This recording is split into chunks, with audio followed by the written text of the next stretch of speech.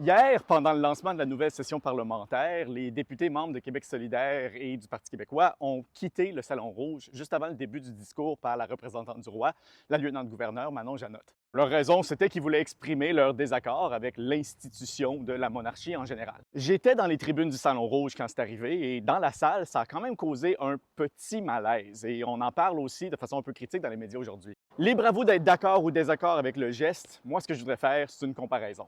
Quand je vivais à Londres, je vivais à peu près 10 minutes du Parlement à Westminster. Alors j'y allais de temps en temps, juste pour le fun, pour voir. Il y a une culture de l'irrévérence envers la monarchie qui est très présente chez les députés britanniques, même les monarchistes. Par exemple, pour les discours du trône, qui sont généralement donnés par le roi, les députés de la Chambre des communes sont invités à y aller, mais il y en a beaucoup qui décident de ne pas y aller. Et parmi ceux qui y vont, il y en a qui le font en se moquant très ouvertement du roi, devant les caméras qui sont positionnées là pour capturer leurs commentaires. Et ça, ils le font pas par manque de respect, ils le font parce qu'ils reconnaissent que leur rôle en tant que député, c'est d'être un contre-pouvoir au pouvoir exécutif du roi. Les députés ne travaillent pas pour le roi, ils travaillent pour les gens qui les ont élus. Et dans leur rôle très précis de député, ils sont même pas tenus d'obéir au roi. Une des façons que certains d'entre eux décident d'exprimer cette indépendance-là, c'est en refusant l'appel du roi d'être présent pour le discours du trône. Maintenant, évidemment, je ne suis pas en train de dire que tous les députés auraient dû boycotter le discours de la lieutenant-gouverneur hier. C'est un discours qui, entre autres, fait état des priorités générales du gouvernement pour la prochaine session, ce qui est quand même quelque chose que les députés devraient entendre. Mais chaque député est libre de choisir comment mieux représenter ses électeurs et affirmer son autonomie parlementaire. Et si ça ne choque pas les Britanniques, je ne vois pas pourquoi ça devrait nous choquer, nous.